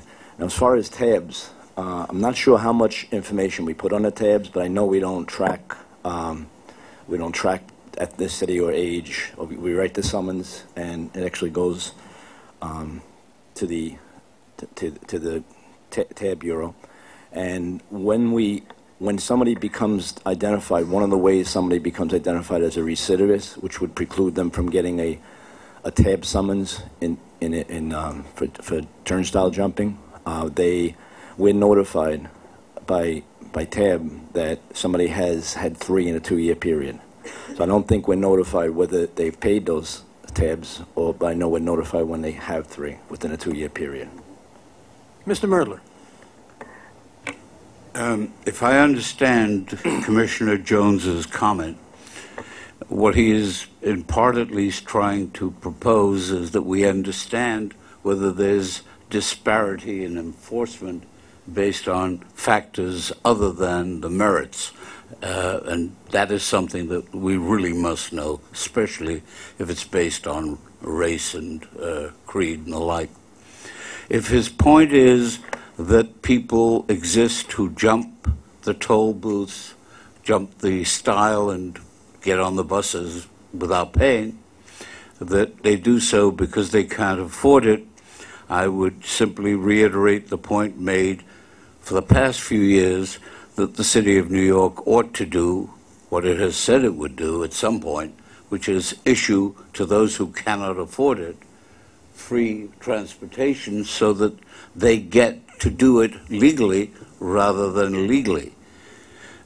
But the concept of just opening the doors and saying, forget about it, you can get on the bus illegally or without paying the fare, but I cannot, is simply not appropriate in my view. May I? Yes, I acknowledge that determining whether anybody was enforcing the law based on ethnicity or neighborhood is important, but I must add that it's not only is that illegal, it's against policy. It's something that I would never allow. It's something that no one would ever allow in the NYPD, and if we see it, we deal with it. And it's, again, we deploy, and as we went through, I think the top 10 location was, among those stations was Times Square, 42nd Street. And like I said, because it's where we do one of our top locations of turnstile jumping arrest. So remember, with turnstile jumping, 3 out of 4 people who an officer finds jump a turnstile is going to walk away within 10 minutes with a tab summons. It's people who have either warrants or recidivists who wind up getting arrested. But of those top stations, I think one was Broadway Junction, if you remember, David, in East New York. Another one was 125th Street in Lex in Harlem. Another one was 14th Street, Union Square, and another one was Times Square. So we deploy in each of those, we deploy on crowd size, complex size, crime, and movement of people. So the bottom line then, Chief, so we can put a period at the end of this very long sentence, is I presume you'll be getting back to the committee with steps that the police department might take in terms of obtaining this kind of information that Mr. Jones seeks. Which is ethnicity of tabs. I'll With that, I think we've also talked about there's no signage urging people that this has a lifetime consequence. Having been 17, I can barely remember it anymore, but I did some stupid things. And I think making at least we do things to tell people about homelessness, about mental illness, but there's no signage anywhere, particularly at those high-incidence stations, warning people that there are serious consequences with fare evasion, to at least start to cut down on the numbers of people. I am not asking we open the doors and let everyone go through, but at least, particularly the young, should know that there are consequences that are severe and can follow them all the way through their lives if they get a conviction that ultimately arrives from fare evasion.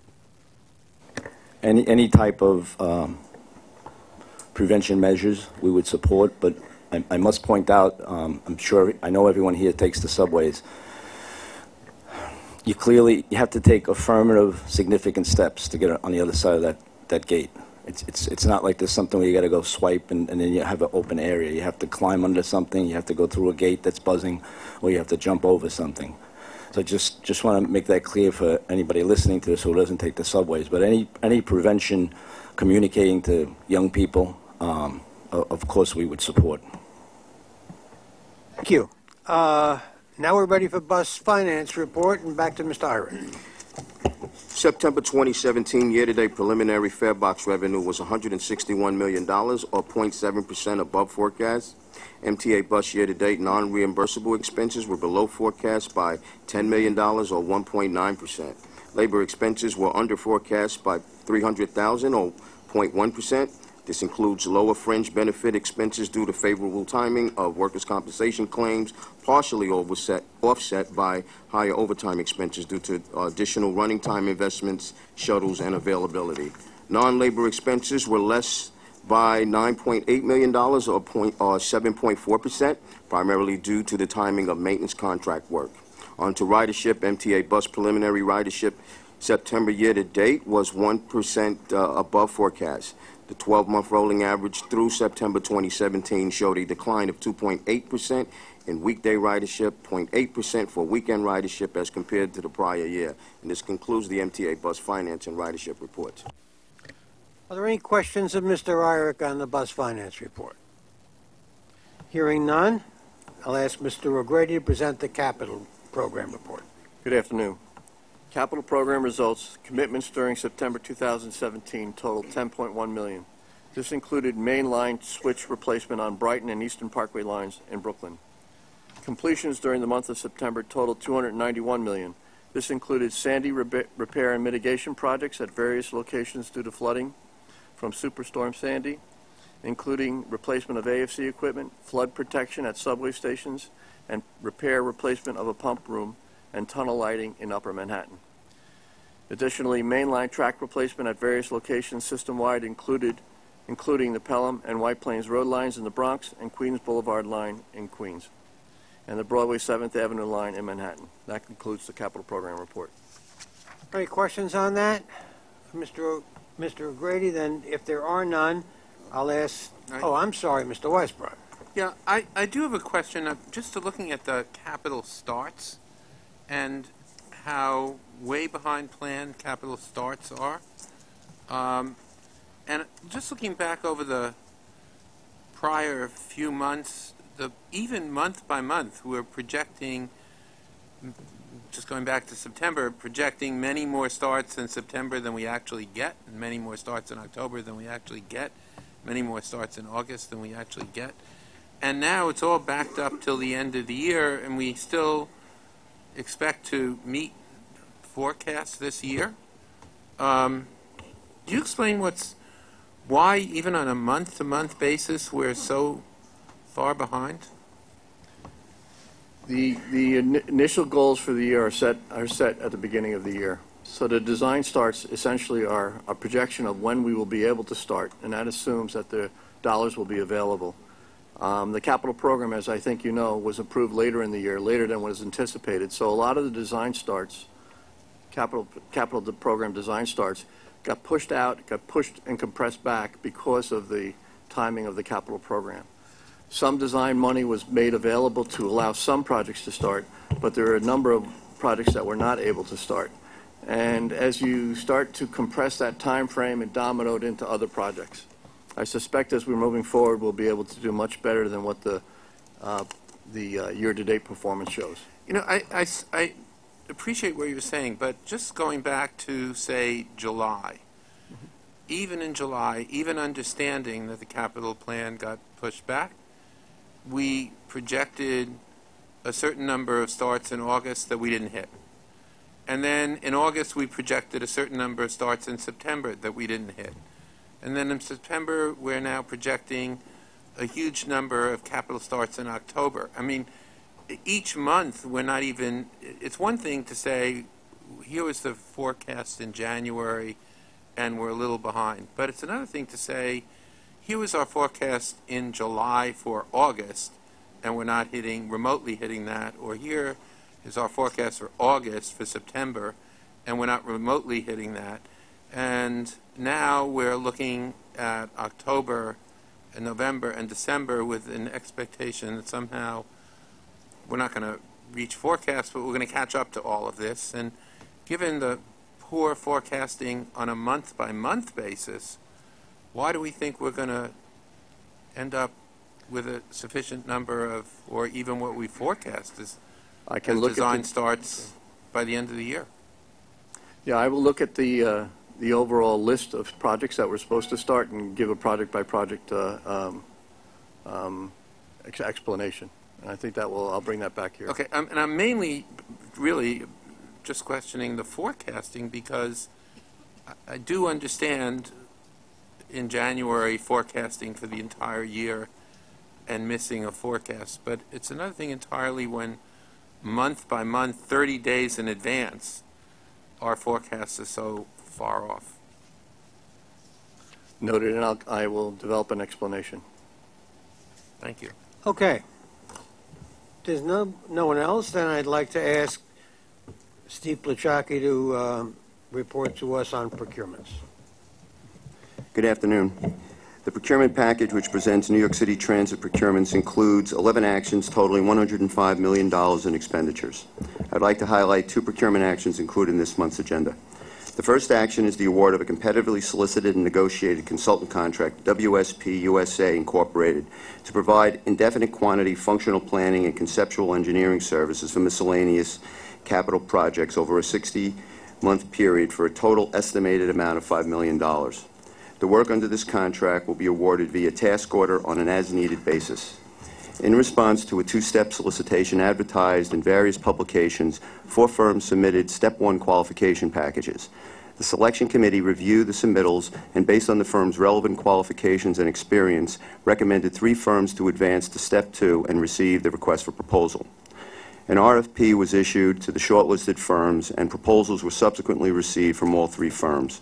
The selection committee reviewed the written technical proposals in accordance with the established evaluation criteria, attended oral presentations, and selected WSP and Stantec Consulting Services Incorporated to participate in negotiations based on the knowledge and experience of each firm's proposed teams.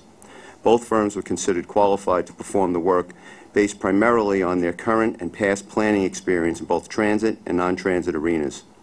However, WSP, the incumbent consultant, was unanimously rated technically highest. Negotiations were conducted with both firms focusing on direct labor rates, fixed fees, and escalation. Best and final offers were received and evaluated by the selection committee, who voted unanimously to recommend award to WSP despite their slightly higher pricing, based on their technical superiority and extensive experience providing similar services to New York City Transit over the years. The selection committee determined that WSP's knowledge, experience, and technical approach to the scope of work offset the relatively minimal price difference over the course of the contract. WSP's pricing was deemed fair and reasonable. The second action I would like to highlight is the award of 8 competitively solicited and negotiated consultant contracts for indefinite quantity architectural engineering design services for miscellaneous federally funded construction and security projects within a total estimated aggregate budget of $100 million over the 5-year contract term. The recommended awardees are ACOM USA Incorporated, Oveara Partners, IBI Group Grusin, Sampton, Hardesty, and Hanover Joint Venture, Hennessing, Durham, and Richardson Architectural Engineering, HNTB New York Engineering and Architecture, Jacobs Civil Consultants Incorporated, Parsons WSP USA A&E Joint Venture, and STV Incorporated. The architectural and engineering consultants will provide design services on an as-needed task order basis for New York City Transit, MTA Bus Company, and MTA Capital Construction. These contracts are $0 based with no minimum guarantee of any assignments and will replace contracts currently in place for these services. Task orders will be typically competed and awarded up to the total estimated aggregate cost of $100 million. The consultants were selected via a qualifications-based 2-step procurement process following Federal Brooks Act. Under the Brooks Act, contracts for A&E services are negotiated with the consultant that is determined to be most preferred technically by the selection committee after evaluation of the consultant's qualifications and technical proposals. Price is not a consideration in the selection or ranking. Cost proposals remain sealed until the conclusion of the technical evaluations, and only the cost proposals for the most technically preferred proposers are opened and considered for negotiations. Since 8 firms were planned under this procurement, negotiations were conducted with the 8 most technically preferred firms. All best and final offers were within the competitive range of the in-house estimate and found to be fair and reasonable based on the RFP requirements. I request your approval of all items in the agenda. Motion to approve. Is there a second? Are there any questions or comments, discussion? Mr. Merdler.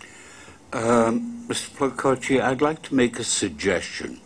I have no problem with the specifics of these contracts, but we have in these contracts a spectrum of people who have been either found guilty or have pleaded guilty to significant adverse incidents over the course of a period of prescribed, I think it's 10 years. But there are a couple of them that are recent, where the acknowledgement that a crime was committed has occurred either within the last year or the year before. I can cite you the specific one if you have a doubt. All right? I don't.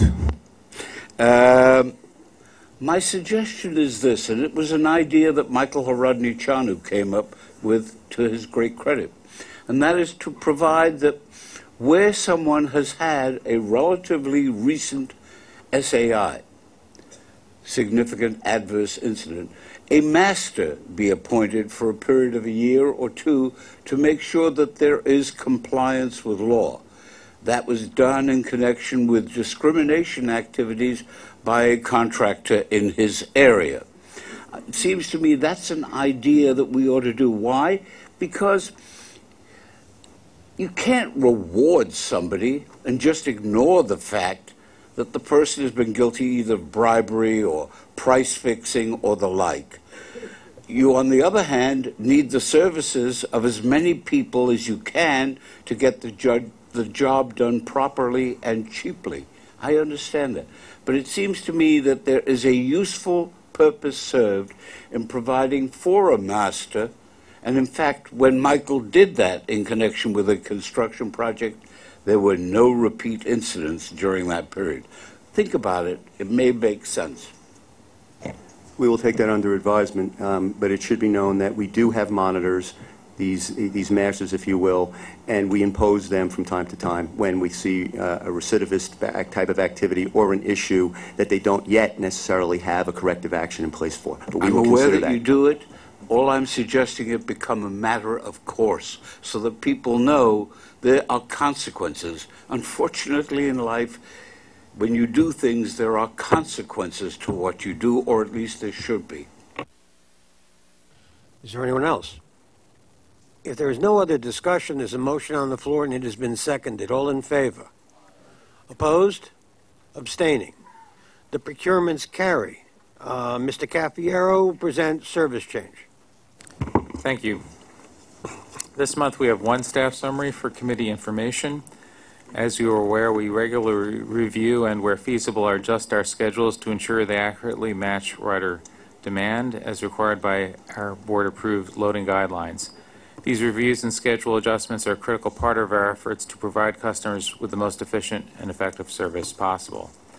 This month, we are informing the committee of plans to make the following changes in our spring subway schedule adjustments to better match ridership demand, including 2 additional weekday evening round trips on the number 2 line and 1 on the number 3, 3 additional Saturday evening and 4 additional Sunday afternoon and evening round trips on the number 7, 3 additional weekday AM and 1 evening round trip on the NW lines, and 2 additional weekday evening round trips on the Q line. In addition, schedule adjustments will be made to accommodate long-term planned construction work that is ongoing, including structural work on the 4th Avenue Express in Brooklyn that requires the N Express train to operate local between 36th Street and 59th Street in both directions for approximately 12 months starting in mid-2018. During this period, 4th Avenue Express D service and local R service will continue to run normally. And long-term construction work that's ongoing to install communications-based train control, or CBTC, along the Queens Boulevard line that requires the E, F, and R lines to each operate at no more than 5 trains per hour on weekends. This frequency reduction and adjustment has already been occurring for this work on an ongoing and for ongoing maintenance virtually every weekend. Including this reduction in the schedule will be more efficient and formalizes what has regularly been happening. The net cost of these changes is approximately $5 million annually, and the changes will be implemented in June of 2018. Thank you. Questions or comments? Mr. Albert, then Ms. Vanterpool.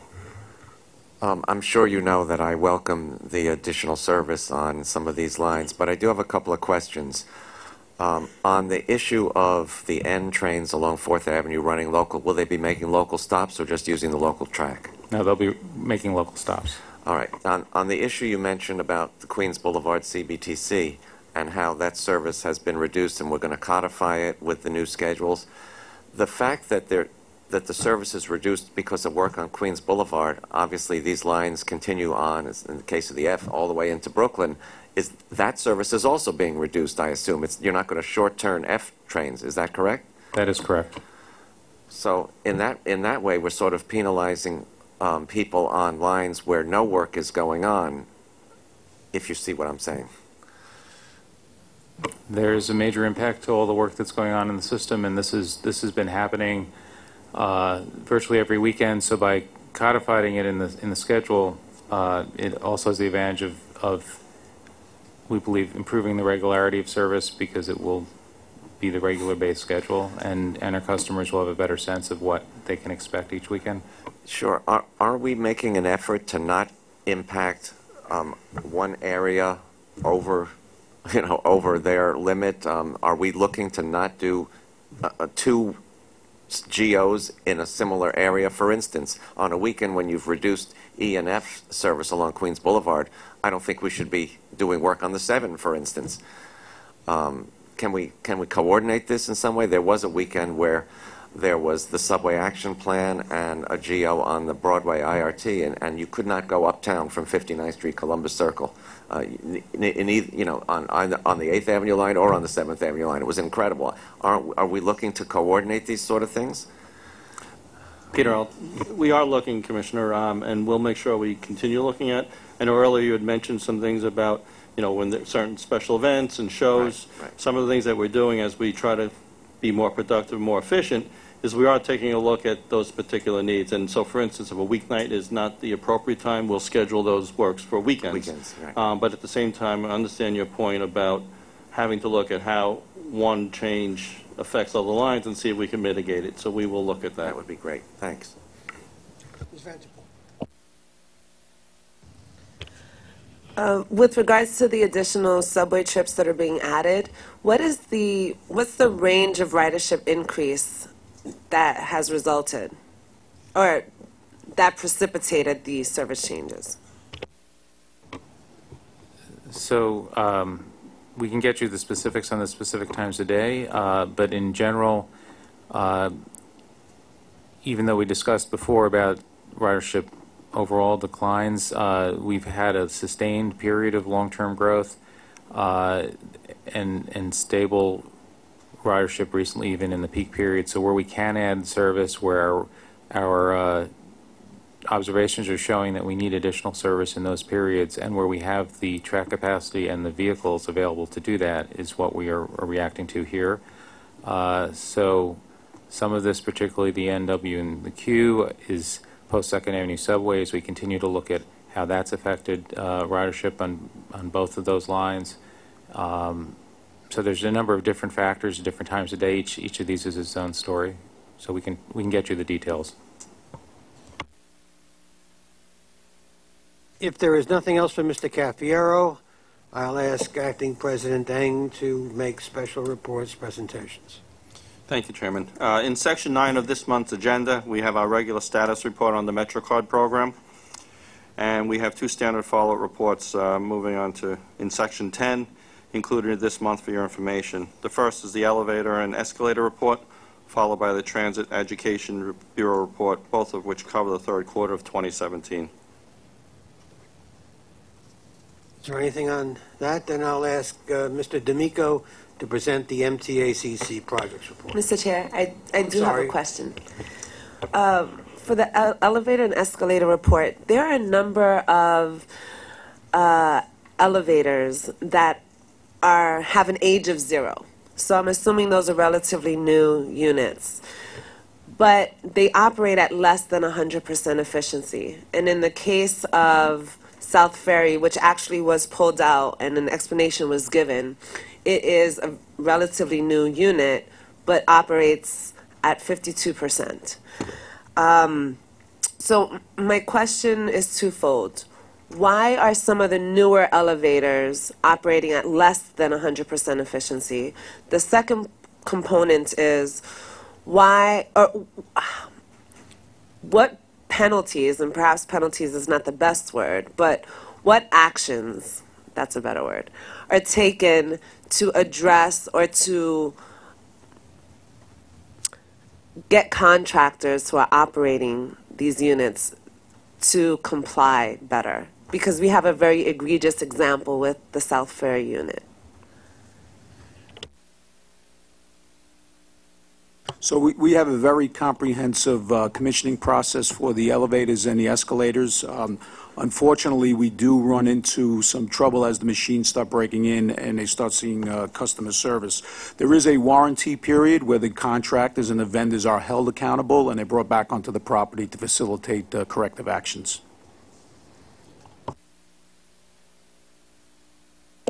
As we look towards more alternative procurements and we use best value procurements, past performance will be something that we will take a look at and hold our contractor and vendors accountable for the product they deliver as well as its performance.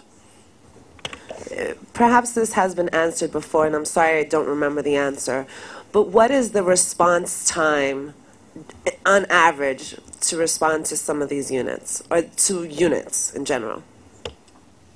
So I don't have that information readily available, but I'll certainly gather it and forward it.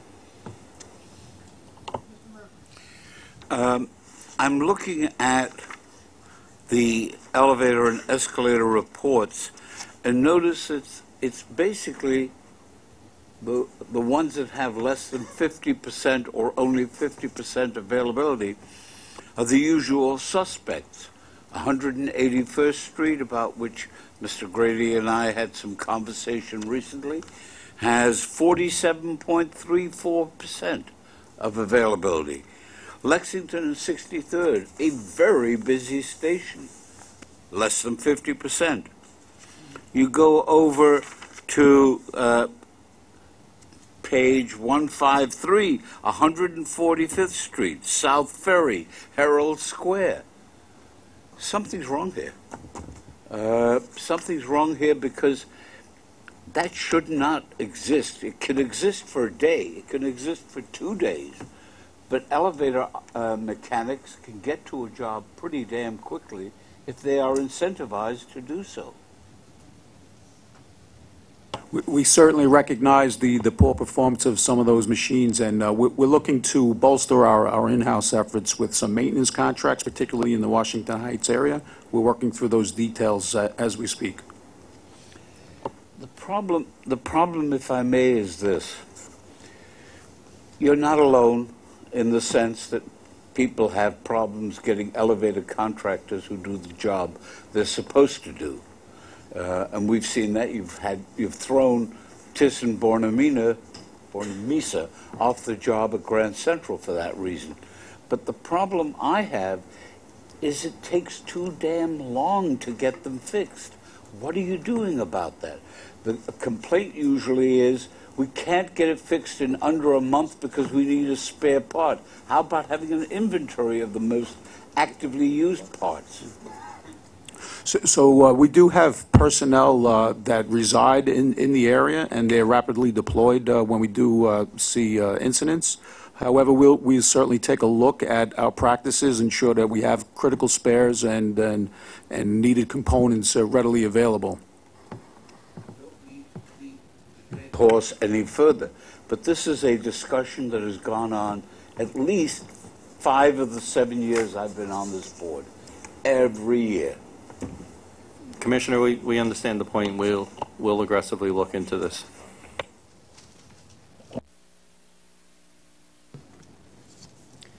If I may, I'm going to turn over my time. The coast is clear, Mr. Okay, Panico. thank you. To Mr. Dan Creighton, he's our program executive at the Cortlandt Street Station Reconstruction Project. Give us a very brief update of what's going on down there. Thank you, Tony. MTACC remains cautiously optimistic with the contractor's continued improvement of progress since the last committee meeting. The contractor has submitted a revised schedule from which the MTACC is evaluating the contractor's performance. However, this schedule is not yet resource-loaded, which would be necessary to assess the viability of their October 2018 completion date. Yep. That's it. They are improving. We're not quite there yet, but we're feeling a lot more comfortable than we did a couple months ago. Yes, there is significant progress at the job site compared to the last month's progress. Significant. I think if you look out the train, even when you're there, you can see a lot more people working. Okay. That is so nice to hear. Freddie, Dr. will Metzger. there be, I think it's time for a more thorough report at CPOC next month, I think? Yes, we have our CPOC committee report coming in December. And if there is nothing else, we've gone through our agenda. May I have a motion to adjourn? Second, all in favor. This meeting's adjourned. Thank you.